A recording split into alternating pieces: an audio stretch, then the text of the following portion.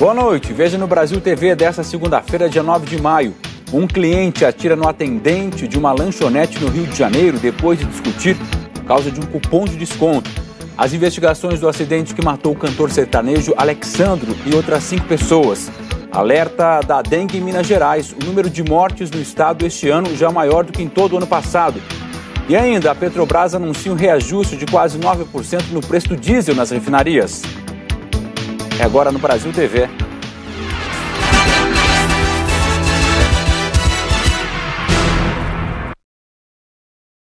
O homem baleou o funcionário de uma rede de fast food na madrugada na zona oeste do Rio. Testemunhas disseram que o tiro foi disparado depois de uma discussão por causa de um desconto no lanche. Matheus Carvalho, de 21 anos, está internado em estado estável no Hospital Lourenço Jorge, na Barra da Tijuca. Ele levou um tiro na barriga e passou por uma cirurgia. O jovem estava trabalhando nesse McDonald's da Taquara por volta das 2 horas da madrugada, quando, segundo testemunhas, um cliente que estava de carro discutiu com Matheus por causa de um desconto no lanche. O cliente começou a gritar na pista do drive com o funcionário Matheus. No decorrer da discussão, ele falou que era bombeiro e que se não tratasse ele bem, ele invadia o estabelecimento e daria um tiro no funcionário. Fato esse que evoluiu e o mesmo prosseguiu para executar o fato. Aplicou um disparo de arma de fogo a queima-roupa dentro do estabelecimento, ao qual mesmo invadiu-se do local logo em seguida. A tia de Matheus conta que o sobrinho veio de Minas Gerais há 5 anos, mora sozinho e sempre teve medo de trabalhar à noite. A gente fez de tudo para que ele, saísse de lá por causa do horário, por ser de madrugada, mas ele preferiu ficar trabalhando e achou mais viável. Eu queria que ele mudasse o horário dele, porque por ser perigoso e por ele não ter essa maldade toda. Ele só mesmo fez o trabalho dele lá, falou que não tinha como prestar o serviço que o rapaz queria e aconteceu isso tudo. De acordo com a Polícia Civil, Matheus já havia sofrido uma ameaça no trabalho no mês passado, quando homens teriam tentado pagar um lanche com notas de dinheiro falsas. A Polícia Civil teve acesso às imagens do circuito de segurança da lanchonete. Identificou o autor do disparo contra o funcionário. Os investigadores já sabem que o homem dirigia uma Mercedes. A pessoa só achou no direito mesmo de entrar e dar um tiro nele. Deu um tiro nele a queima-roupa. O autor dos tiros é o sargento do Corpo de Bombeiros Paulo César de Souza Buquerque. À tarde, a juíza Isabel Tereza Pinto Coelho Diniz, do plantão judicial, negou o pedido de prisão temporário do sargento feito pela polícia. Numa decisão, a juíza alega que, apesar de identificação por fotos e vídeo, esse reconhecimento fotográfico fragiliza os elementos necessários para a decretação da prisão temporária. Foi enterrado hoje o corpo do cantor Alexandro, da dupla Conrado e Alexandro. O ônibus que eles estavam sofreu um acidente na rodovia Regis Bittencourt. Ao todo, 6 pessoas morreram. Hoje pela manhã, parentes, amigos e fãs acompanharam as últimas horas do velório no ginásio de esportes do Jardim Bandeirantes. Imagens dos músicos foram exibidas num telão. Na saída dos corpos, houve uma salva de palmas.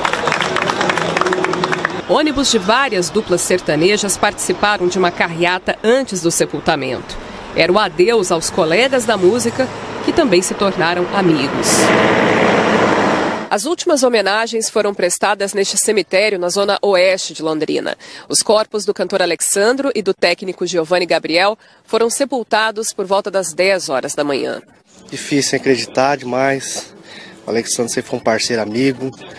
Um cara que somou muito na minha vida profissional e como pessoa também. Então, é um dia difícil para todos nós, que é fã e amigo dele, familiares. A dupla Conrado e Alexandro começou a carreira em 2003. Em 2019, o cantor João Vitor se juntou a Alexandro e assumiu o nome artístico de Conrado. Ele e outro músico de apoio da dupla também estavam no ônibus e estão internados em estado grave. O pai de Conrado acompanhou o sepultamento de Alexandro e falou sobre a recuperação do filho. Nós estamos muito otimistas, os médicos também, ele é jovem, é forte, nós cremos que ele vai estar conosco. No sábado mesmo, o João Vitor, que na dupla se chama Conrado, deu entrada no Hospital Regional de Registro, no interior de São Paulo. As primeiras informações eram de que ele tinha sofrido ferimentos leves, mas, na verdade, ele já estava na UTI em estado grave.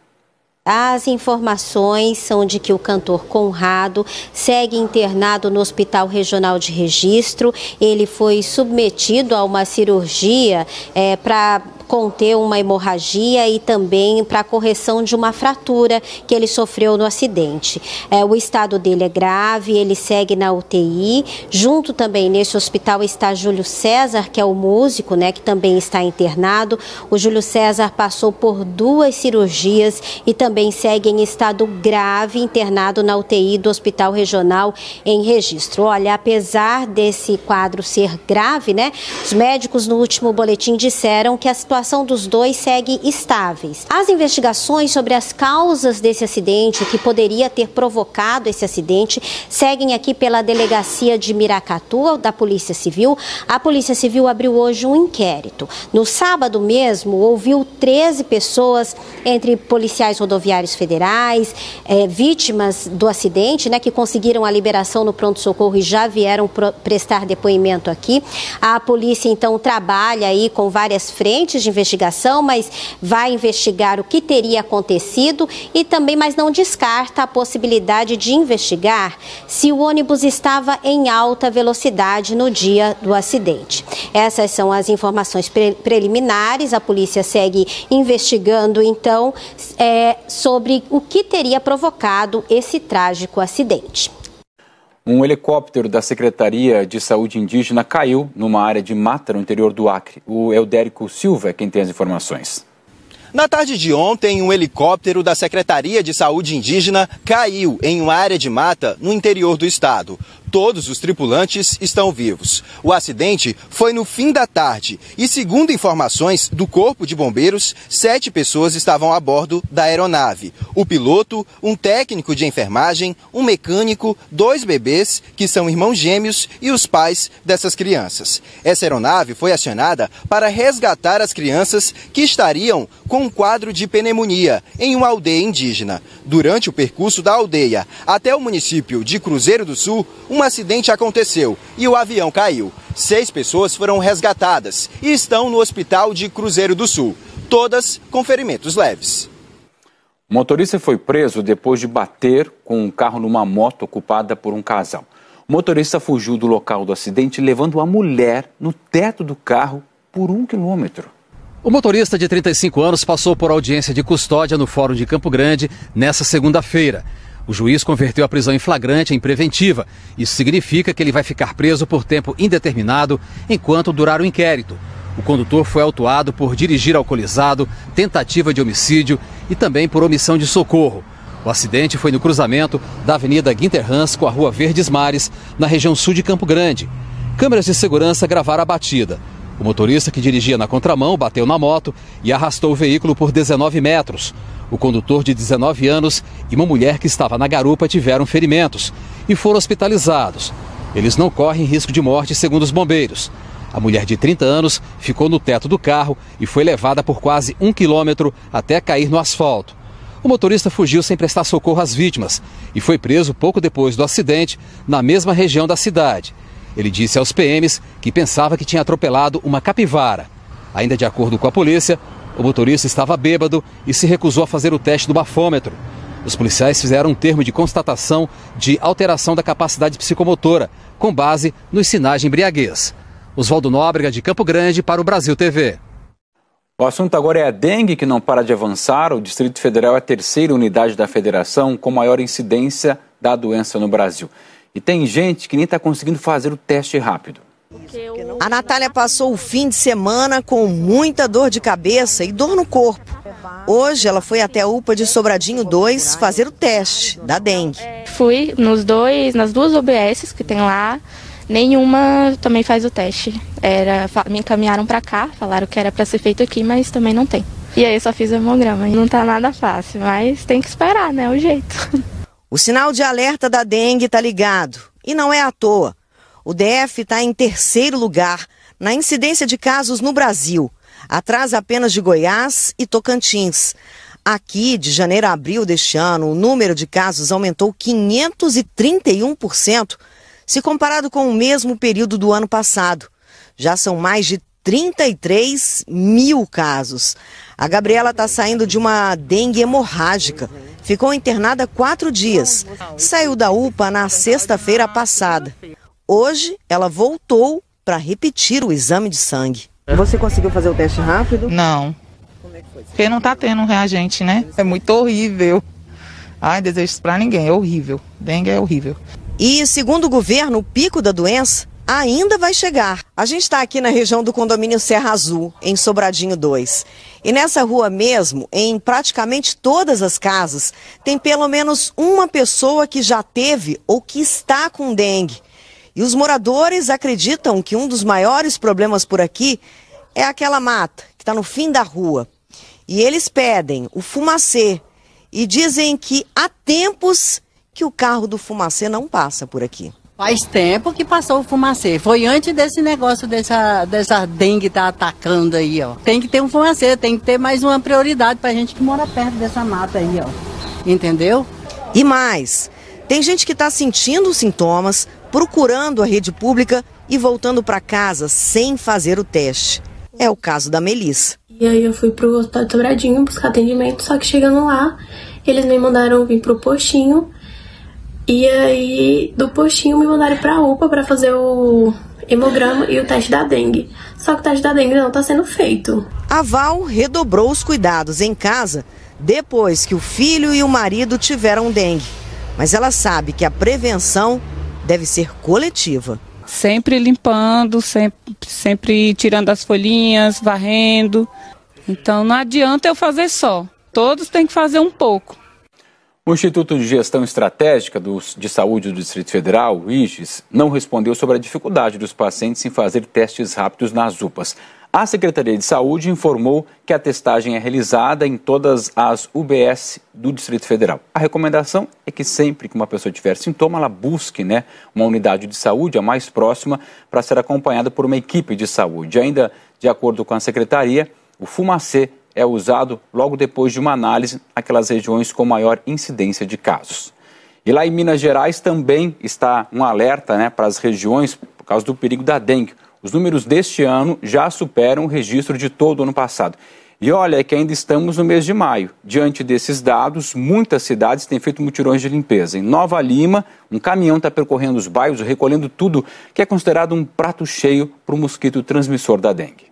Ainda estava cedo e o caminhão bem cheio. O Frederico e o Wallace cataram muito entulho de porta em porta. É que os moradores de Nova Lima foram avisados que a equipe da prefeitura ia passar buscando o que tivesse acumulado sem serventia nos fundos das casas. É o segundo Bota Fora do ano, uma ação que está sendo muito importante nesse momento. A prefeitura fez um mapeamento da situação da dengue aqui no município e os agentes encontraram 65 pontos em Nova Lima com alto índice de infestação do Aedes aegypti. A presença do Aedes está praticamente em 100% do município. É importante as pessoas lembrarem que, como a pesquisa mostra que os focos estão dentro dos domicílios, é importante que a pessoa, pelo menos, tire 10 minutinhos no final de semana para fazer uma verificação das calhas, das caixas d'água, nos quintais. As equipes também entraram nas casas. Os agentes pediram licença para conferir os quintais. Aqui tinha muito lugar para empoçar água da chuva,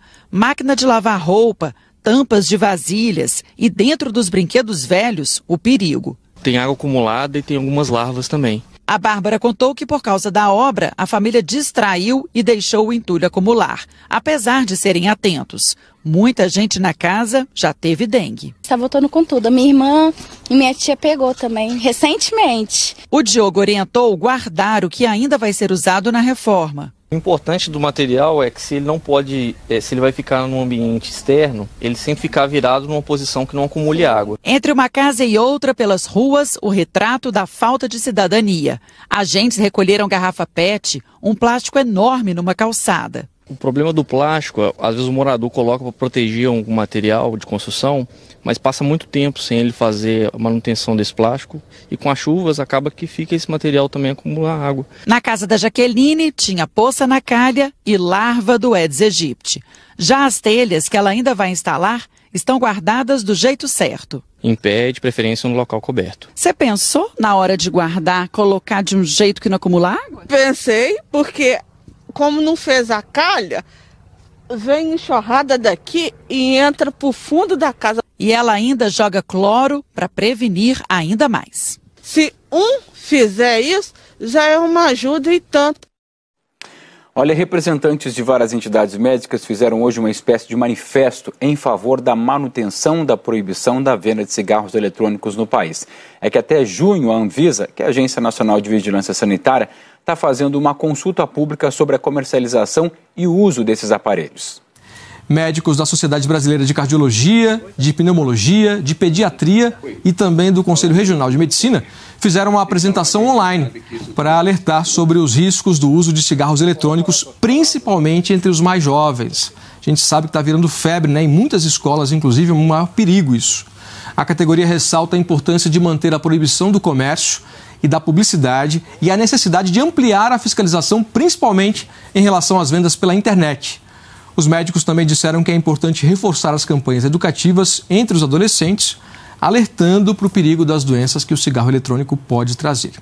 Pesquisas mostram que eles são a porta de entrada para o tabagismo e aí, consequentemente, para doenças graves do coração e do pulmão, causando câncer. O equipamento gera umas partículas ultrafinas que conseguem ultrapassar a barreira dos alvéolos do pulmão e cai na corrente sanguínea, fazendo que haja uma inflamação.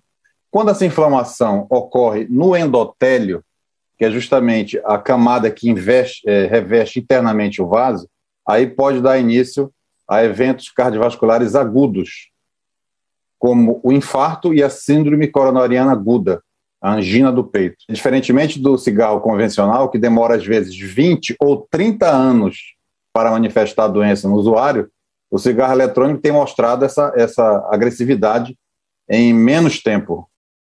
A seguir, o resgate de um tamanduá que caiu dentro de um buraco no Distrito Federal.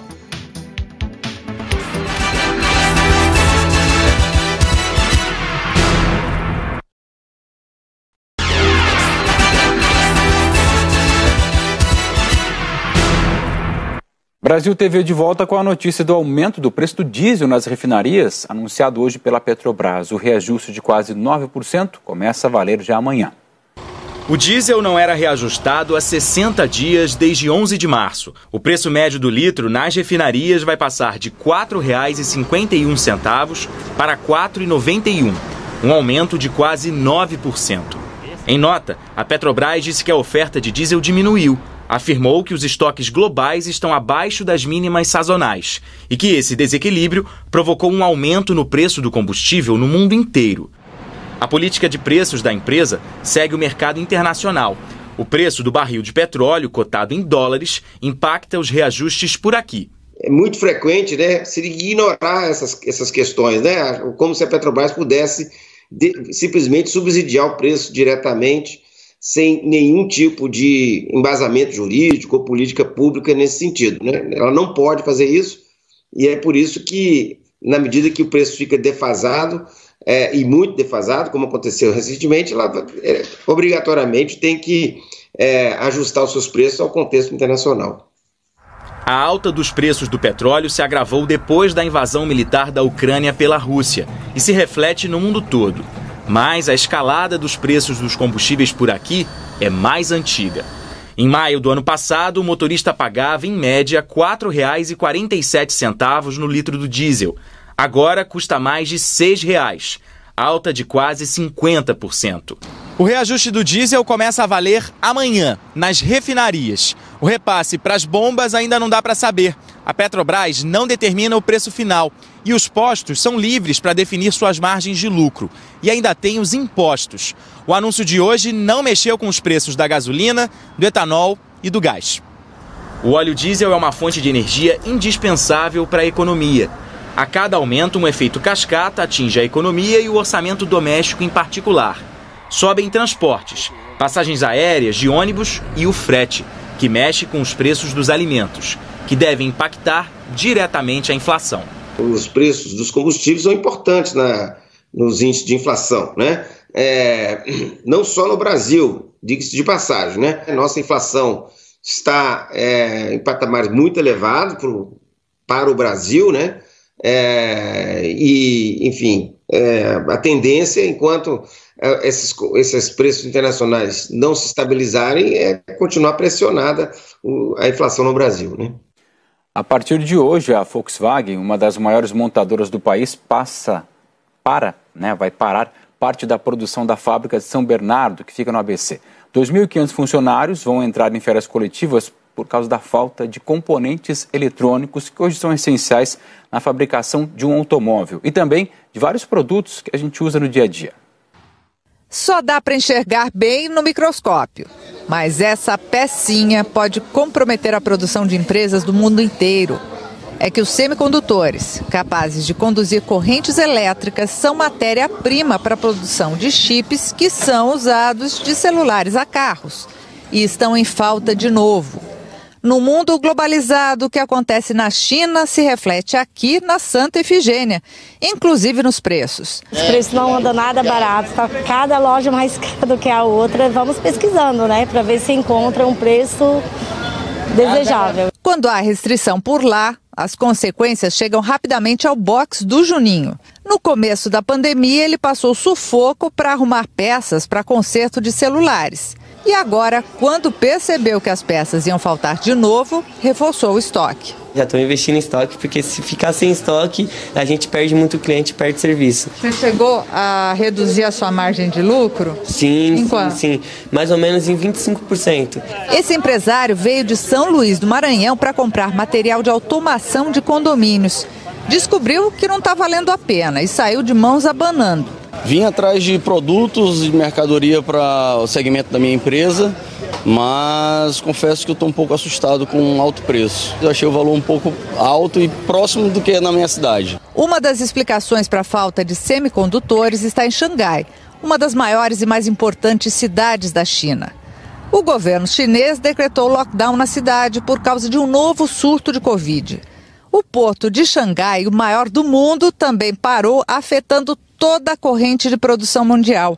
E tem outros fatores que estão atrapalhando a chegada das peças às empresas. A guerra no leste europeu também está afetando a produção e a distribuição de componentes eletrônicos. Aqui no Brasil, auditores da Receita Federal estão fazendo uma operação padrão há aproximadamente 4 meses. E o que levava 5 dias para ser liberado nas alfândegas, agora leva até 20 dias. Uma pesquisa da Associação Brasileira da Indústria Elétrica e Eletrônica apontou que mais da metade das empresas estão com dificuldades para conseguir matérias-primas e principalmente componentes eletrônicos. 76% delas apontaram que não conseguem componentes da Ásia e metade disse que não encontra nem em outros países. Algumas empresas que utilizavam de frete marítimo passaram a utilizar a via aérea para poderem trazer esses materiais. O problema é que, nesse momento, nós temos esse agravamento da situação de pandemia na China, que poderá contribuir de uma forma muito significativa para a falta de componentes aqui no Brasil. Isso nos preocupa. O presidente da Associação Brasileira da Indústria Elétrica e Eletrônica disse que a situação pode ficar ainda mais grave entre 30 a 45 dias. Na pesquisa com as empresas, a maior parte, 41%, diz que considera que o problema só vai ser resolvido no ano que vem. De cada 3 moedas produzidas no Brasil, uma sai de circulação por causa de 2 hábitos do brasileiro. Um impulsionado pela tecnologia e o outro mais antigo, que a gente aprende lá desde criança.